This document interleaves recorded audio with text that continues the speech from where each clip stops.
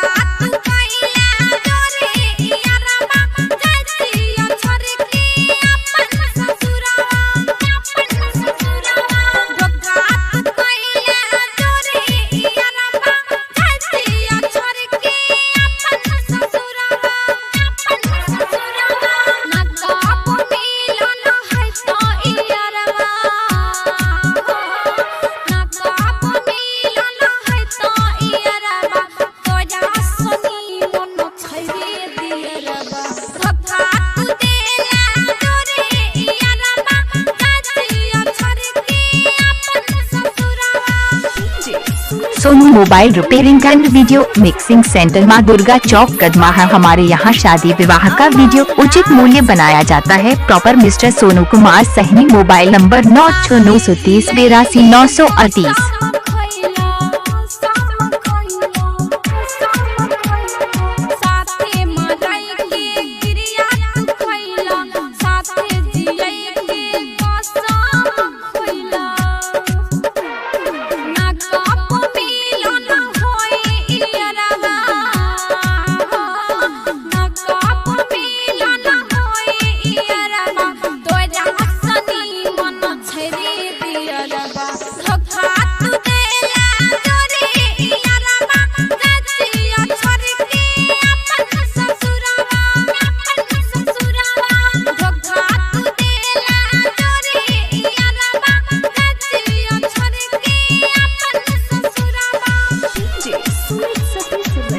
Sonu mobile repairing and video mixing centre माँ दुर्गा चौक कदमा है। हमारे यहाँ शादी विवाह का वीडियो उचित मूल्य बनाया जाता है। प्रॉपर मिस्टर सोनू कुमार सही। Mobile number 9693082938।